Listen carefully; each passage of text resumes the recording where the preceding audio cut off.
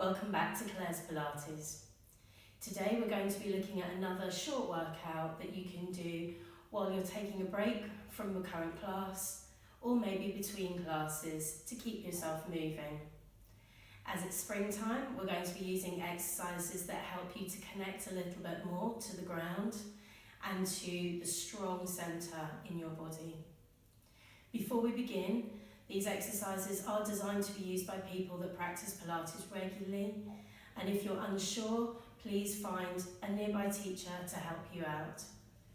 Also, if you have any aches and pains, medical conditions, then please check in with your medical professional before you do anything that you have concerns about. Okay, let's begin. We're going to start standing up and setting the feet as usual, hip distance apart. Just taking the time to ground yourself, to feel that your body weight is pouring equally between the ball of the big toe, the little toe, and the centre of your heel. You may need to take small rocks forwards or backwards to check in to that sensation.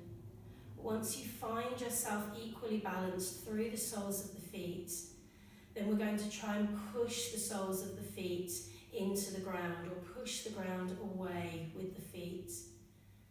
That should help you to feel connected and also to start feeling the lift through the centre of your body. And the relaxation coming into the hips, space into the lower back.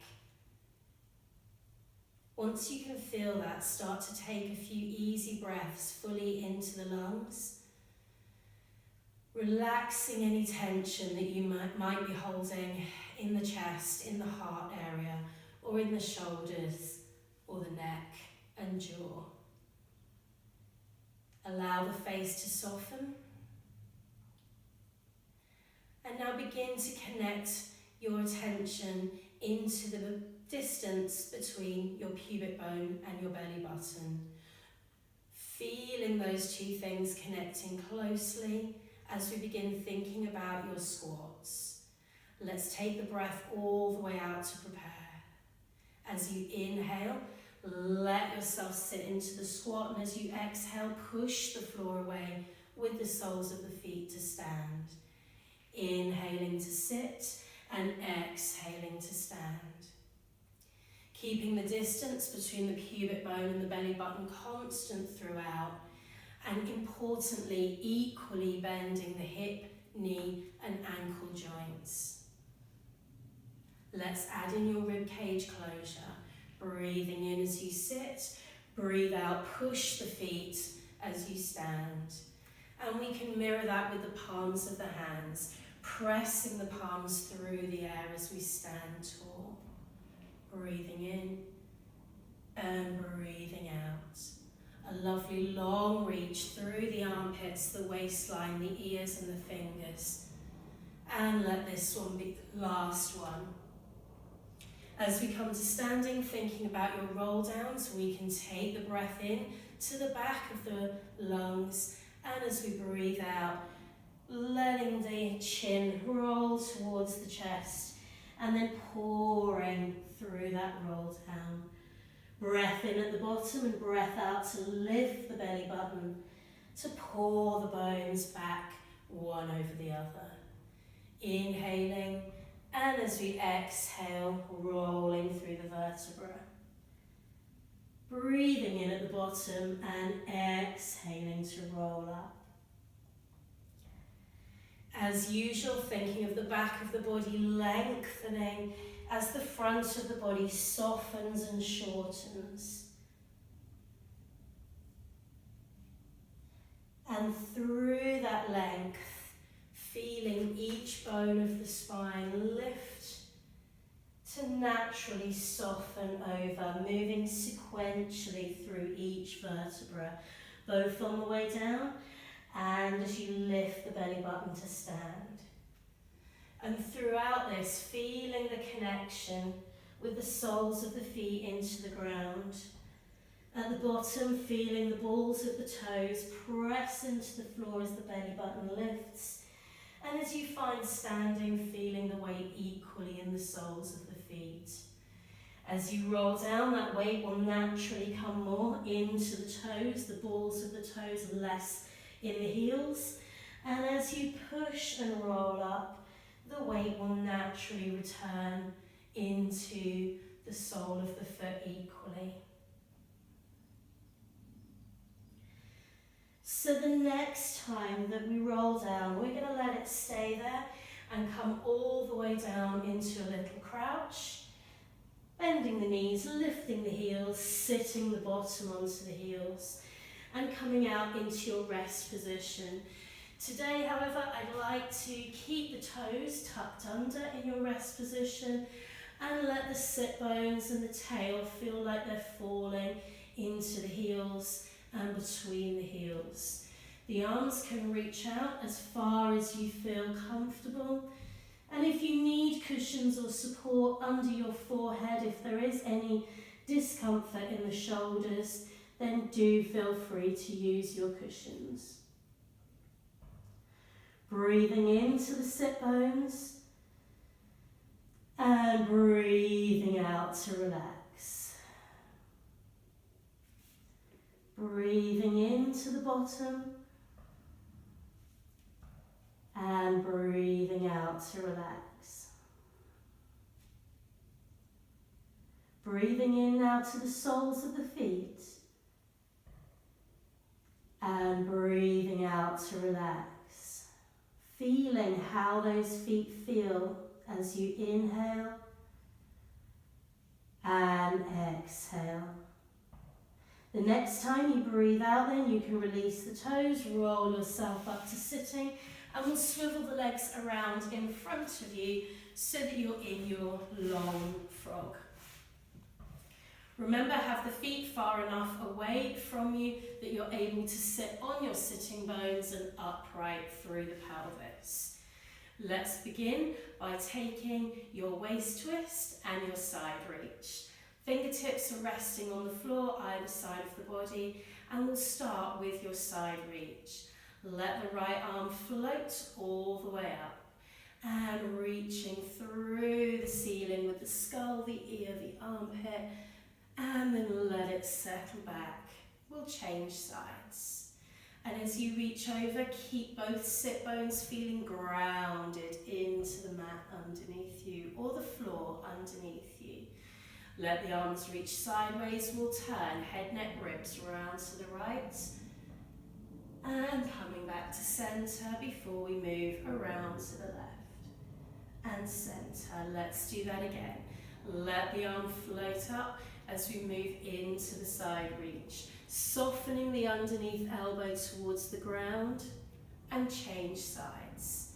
Side reach. Keeping both sit bones connected to the earth. And centre. Rotating bone by bone, the head. One at a time through the neck, then the ribs, and centre. Same thing the other side, keeping both sit bones grounded and equal. And we'll go once again through the side reach. And centre. Switching sides. And centre. Rotating. And centre and rotating. Let's think about the breath. Breathing in as you reach and exhale into that stretch. Inhale to centre and exhale to swap. Inhale to centre and exhale as you rotate. Inhale to centre and exhale as you rotate. For the last time then, breathing in and breathing out. Inhaling and exhaling. Inhaling, rotating as we breathe out. Inhale, centre, and exhale to rotate. Come centre, let the arms hang, let the feet push away. I'm going to turn sideways so you can see, and we'll think about your rollbacks. Let the fingertips trace the side of the hips. Let the sit bones be right underneath you and a natural lift through the spine. If you prefer not to be doing rollbacks, now's the time to lay onto your back and think about your ordinary curl-ups or sit-ups instead. Otherwise, we're taking the chin, nodding it into the roll down, lengthening back of the neck between the shoulder blades and into the upper back. And we're ready to let the belly button pull through the lower spine as we start the roll back, feeding the heels away, spreading the back of the pelvis, the lower back, and see how far you roll. It may go all the way, it may not, doesn't matter. And then lengthening through the back of the head, the neck, the upper back, as we curl up and roll up back into that forward stretch. Draw the belly button through, the shoulders are soft, the arms are resting. We're just moving through the vertebra. And then repeating that bone by bone action as we roll it all the way back up. Taking the breath in as you roll back halfway, and as we move through the lower back, stretching out and exhaling. Inhale as we curl up, and as the lower back leaves the floor, exhaling into the forward stretch. Final time, breathing in and breathing out. Feeling the floor underneath you, feeling each bone connect into the ground as you roll up. And this time we'll roll it all the way back. Again, feeling each vertebra connect to the ground underneath you. And once you get there, you can stay there and find your relaxation position. Thinking about hip rolls, we'll bring the knees, the ankles tightly together and take the arms a little bit away from the sides of the body. If you'd like to take your hip rolls at any other level with the legs lifted, lengthened, using maybe one leg extended, the choice is yours. I'm going to demonstrate this with the simple basic, both feet connected on the ground. Let's take the breath all the way out to prepare. Inhale as we rotate to the right hand side through the pelvis, bone by bone lower back, just touching into the lower ribs potentially. And then exhale as we feed back breastbone, rib cage, pelvis and feet. Changing sides, taking the breath in as we rotate from the lower spine up, and breathing out as we reconnect from the upper spine down. Let's continue, right side, left side. Remembering to keep the upper back connected to the ground throughout, so the shoulder blades and the shoulders are relaxed, and you can feel the floor in between the shoulder blades where the spine is at all times. Keep the inner thighs tightly connected, the knees level. And both those things may indeed reduce your range of motion, that's absolutely fine. And you may find that one side moves more than the other, not a problem. Let's make the next one to your left hand side, your last one. And once you're back in your central alignment, you can rest there. And we're going to think about rolling over onto your tummy for leg kicks. You may want a cushion or a rolled up towel underneath your forehead, and we'll also place your forehead into your hands. Have a moment to think about elongating through the lower back, separating the back of the pelvis from the back of the ribs, and softening through the shoulders, the neck and the head. Excuse me. So we're bringing the right heel to the right bottom cheek and gently lengthening through the kneecap. Keep that length as the leg lowers and switch sides. Heel to bottom as the kneecap lengthens away and remains long as it lowers. The foot flexes as the heel draws in and points through the ankle as the leg lengthens back out. Flexing as it pulls in and pointing as it extends. Each time the foot draws in, we're breathing out and inhaling as you lengthen. I'm particularly interested in the length through the entire torso as you do this. As the knee bends and pushes away, feel the length through the thigh, through the hip, through the waistline, between the knee and the lower ribs. Let's make this the last one. We can then relax. And we're coming onto your hands and knees into your 4-point kneeling. Once you find 4-point kneeling, let's think about your press-ups. So you can either choose to work your press-ups in this 4-point kneeling position. If you'd like to challenge yourself more, you're welcome to go into full kneeling or even up onto the toes. Wherever you choose to be, we're starting by connecting the knees down into the ground and the palms of the hands down into the ground without pushing into a rounded spine, just connecting as much as you're able with open collarbones. Pull the crown away from the tail, feel the length of the spine, and we can exhale to prepare. Inhale as you bend through the elbows, and exhale, push the floor away with the hands to return to your start position. Inhale to bend, and exhale to press. Breathing in, and breathing out. And each time you bend, you're trying to keep the nose forwards of the fingertips, creating almost a triangle with the nose and the hands.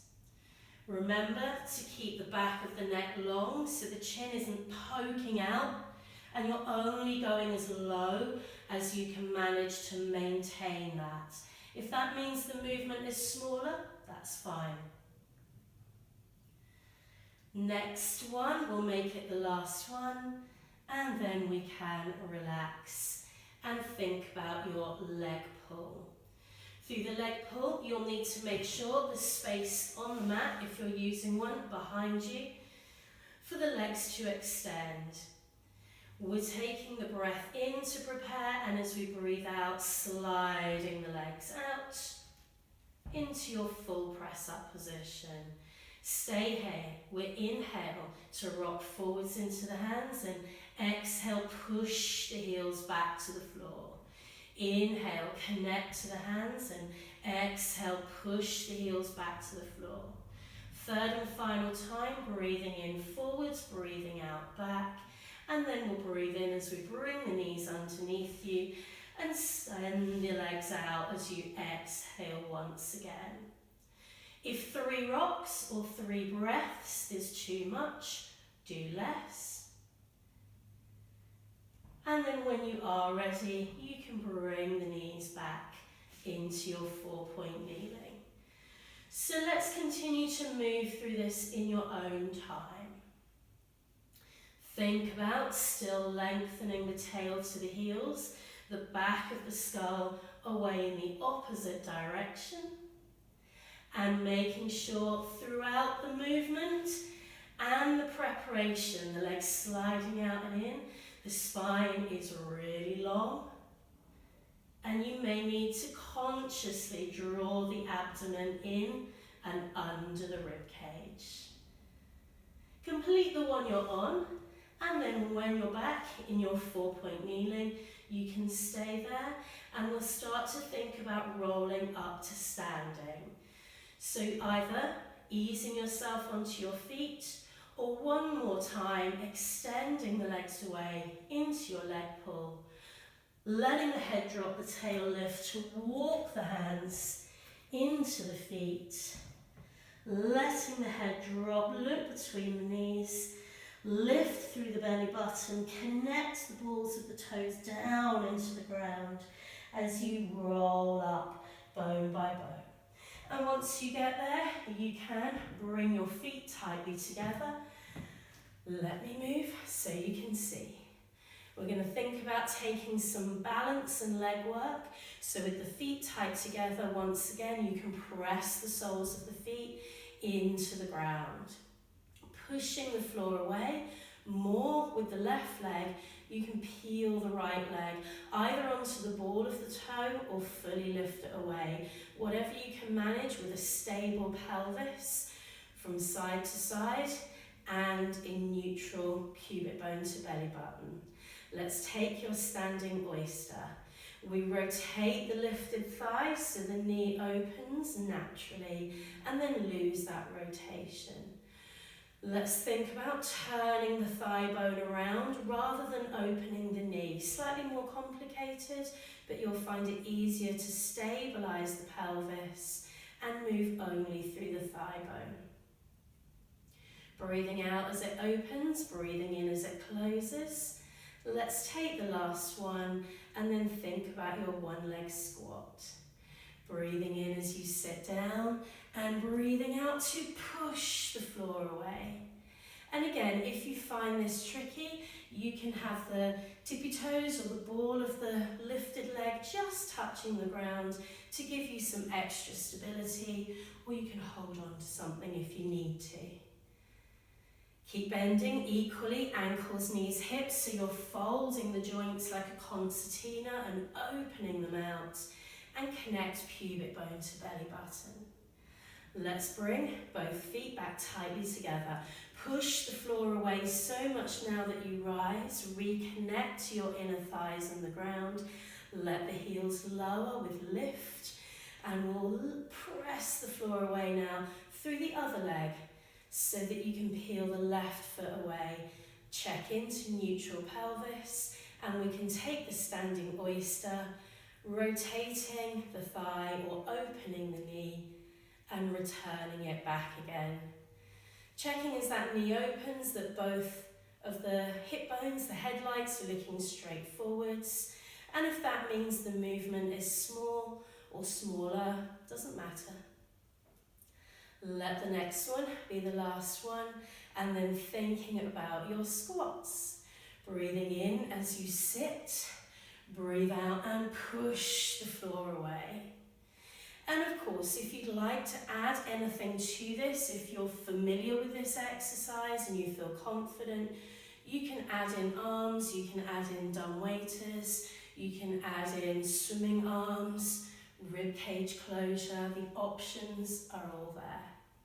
Make this one the last one, and then as you stand tall, we'll bring both feet together, push the floor away once more, and then let the heels lower down.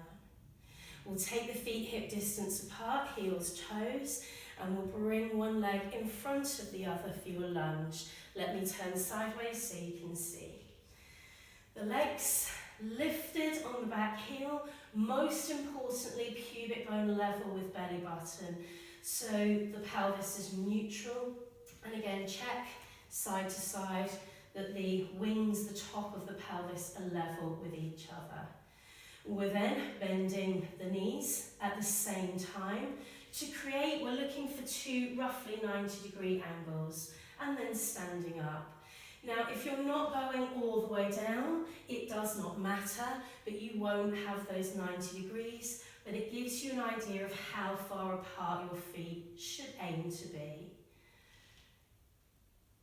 We are breathing in as we lower. Breathe out, push the floor away through the feet. Inhale as you lower, exhale and push.